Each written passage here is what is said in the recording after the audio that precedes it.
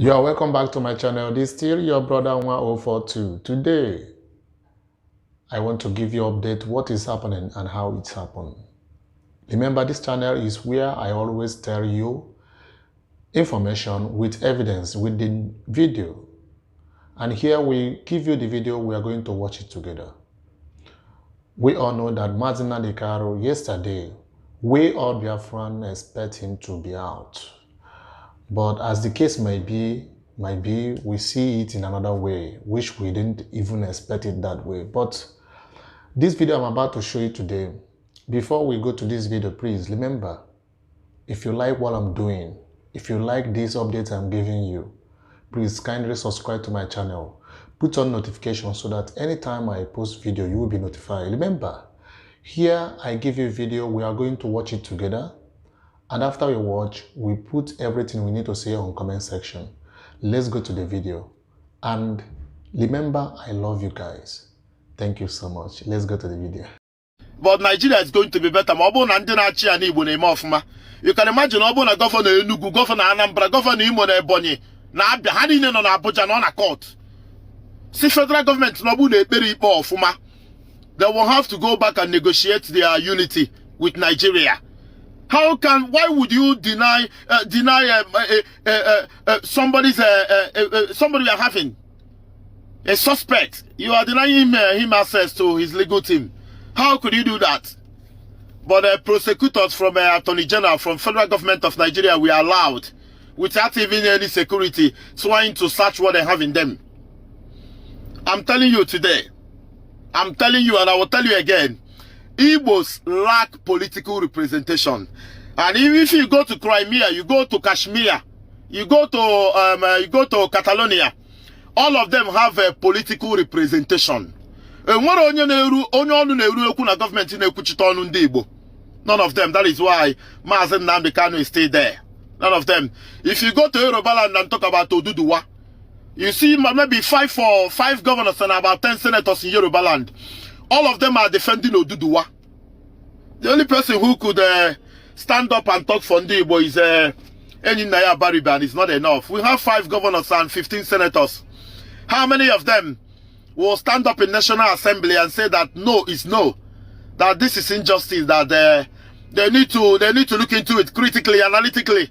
Nobody. We need a political representation, and I just miss one Anambra State. I can miss Enugu na Abia na Ebonyi na Imo. And they just fasiga again on Abuja result. I can on Abuja result. Do the right thing. Do the right thing. Cannot say Abuja result. Can man Abuja result. It's not going to cost Ndibo anything to make Ndibo loyalist a governor in Anambra State, a governor in Enugu. Adema Sisi me onye IPOB governor, president or senator. Onye na furu Ndibo na anya onodu Ndibo na agba anya mmele. Onye ga-ejedi owere ndu ya tinye in defense of Ndibo. Why not ije kpọta ya ebe ahụ ọ na-azụ afịa, ma ebe ọ nọ na school, ma ebe ọ nọ na-eme nke akpọta ya mee ya governor. Charles Soludo is the governor of Anambra State, but all still Willie Obiano, because all Willie Obiano not in a day, all psychophant ya ka. And Charles Soludo is not going to do anything in that regard. So Obugo governor, that is that. So I don't know where we go from here. Somebody is talking about treasonable felony. You commit to go to treason, you have your lawyer. I'm going to be a terrorist. You get your lawyer, you get your legal team in the court. I don't know. Some people are not educated. I'm going to be a terrorist in Osama bin Laden, but in a court. You were right to your legal team. Mazi Nnamdi Kanu's legal team we are denied access into the law court. And maybe Buhari near the other, or whoever near the other. And it is a shame. It is a slap on the faces of Igbo people, Igbo tribe. I don't know. But you know, I will always tell our people the truth. I don't care how you perceive it. Because our problem is political representation. And what do not chicken and Igbo like it in the Igbo. If you like a beef as slave master teacher, and if you want to correct the errors, we need to put the people we want in governance. Equal figure, OJD, you will start doing like if you go there, you start doing so. One of the credible na Igbo. Obu no bona na Igbo, we were the mayor governor. Or maybe believe man and Igbo, I'm married, so man and mother no na Igbo. I will tell you and I will continue to tell you. You are trying to tell me that Obo and Igbo nwe Biafra, they are going to be good. Man, Igbo no phone Igbo mayor governor na Ani Igbo kwa. Ani Igbo, Anambra Biafra ka Obo.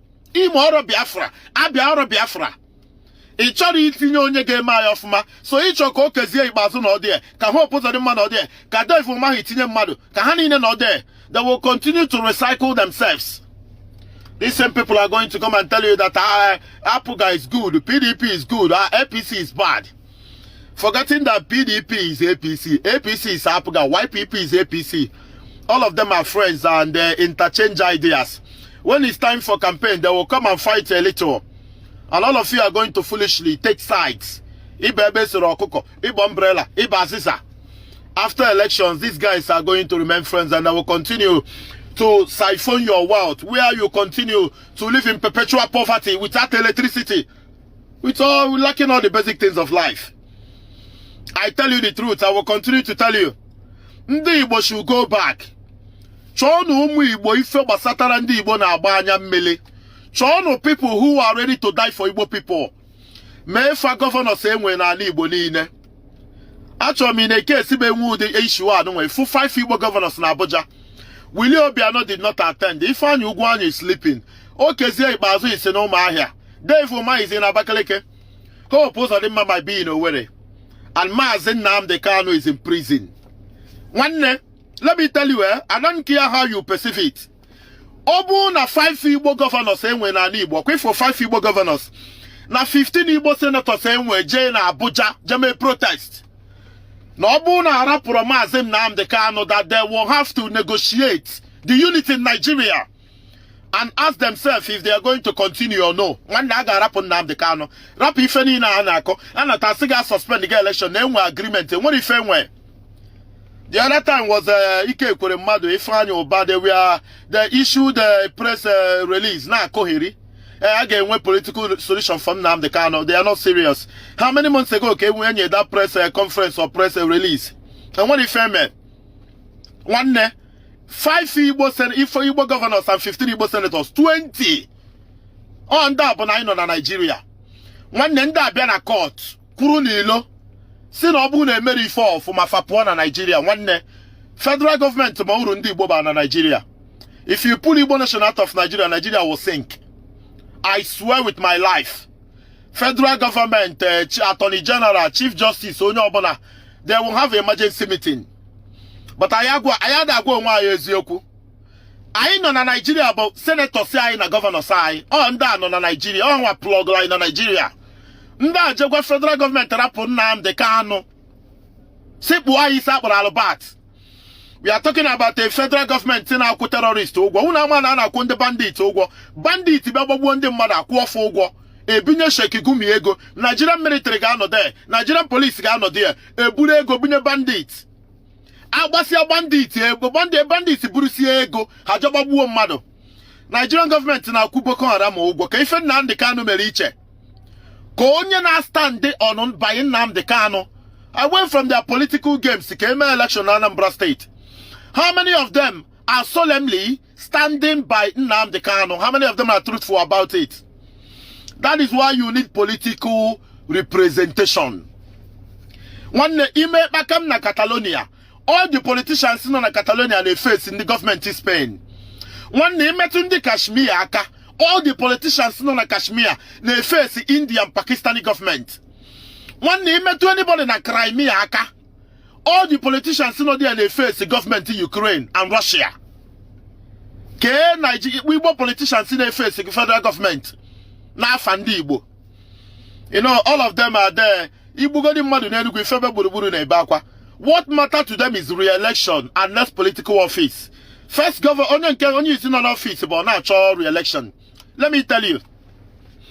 Now Igbo today can win election tata. Instead of going to work for the people, Obido campaign, Obido lobby for re-election.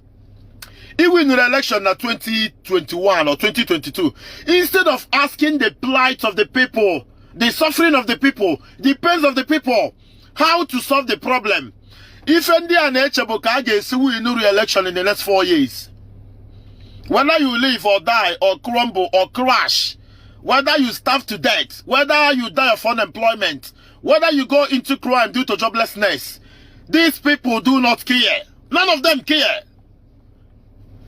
One no about Kashmir. They want to have their independence from India and Pakistan. One the Kashmir, the politicians are going to war against you. All of them. Go and read about Papua New Guinea. It is almost impossible. Let me tell you. It is almost impossible to pull away from a union, a country, when your politicians, when majority of our politicians are not in support. I'm telling you the truth. It is almost impossible for you to get a referendum. How are you even going to get a referendum? Some of us are not, you know why. How do we get referendum? How can a state or a nation or a union get a referendum? How? Some of us are mad up. Easiest way to get a referendum, Igbo Senators, Regional National Assembly. Bunita in Kata, and what the ogo. They made the argument. They may say the argument in the end, they wanted the referendum, maybe like yes or no campaign. That is the easiest way to get a referendum. Do not sit there and be waiting for United Nations to come and give you a referendum. A lot of us are sleeping and waiting for United Nations to get a referendum. Oh, Igbo Senators get a National Assembly. Na mmebu ane mmebu ndi Igbo go too much. Why you get lock on Nnamdi Kanu? Ina akuboko haram ugwo. Ina akubandit ugwo. Igbo politicians will not go to the south na lobby fa. J to some ally hanwe na Yoruba na lobby fa. Sifa na mmebu adramma. Everything be lobby. Eje gwandi Yoruba na ogu unu ga-enwe nsogbu. Na Igbo Senators ga-abịakọ banyere unu aka. Okunu ma na anyị niile ka a na-egbu ife a. Emezie yes or no na house ewunyelu ndị Igbo aka. That is how to do it. Anambra election abụrụ. In fact, Anambra election abụ gosim na ndị Igbo adịghị already. Ọkwa man to vote. Ọkwa ndị Igbo pụta to vote. Ọkwa ndị ma watch video fuka people na to vote. We are not mentally ready to do anything. So onye ọbụla should go and sleep. Nobody. Political representation ka eji enweta referendum. Take it anywhere. Also again, also somewhere now. You were one from 1900 years, the United Nations are meant to put the rule on. That is why you need political representation. Obuna other 14 senators, the Kenyan Naya Baribe. 15 of them can come to Senate. Imara all these Yoruba senators, Ijelo Biefa, Ejekuru Southern senators, Sunday Delta, na Bayesa, Alo Biefa Biko. Ifa kunu tunyela ya kenu, unu mwaku issue na haza aga tunyiru na kenu. Everything will not case me. But our people now like if na toto. And now go if na toto na achievable, not realistic, not feasible. They will listen. But if I na go common thing, how to do it? The problem I webona ndi na achi anigbo if ha choro bu win election, a win election again, a general national assembly about the vice president. If Peter Obi na chona be able vice president or president of Nigeria. If I knew Ugwani Enugu State Chorijo National Assembly, Okezie Bazu Chorijo National Assembly, therefore Mahi Choribu President, will you be anon in America? Hope was on the mandatory election. How are they going to speak for you? In that way, in fact, they have their plan set already. I'm telling you, Anambra election will renewal of bondage, renewal of suffering.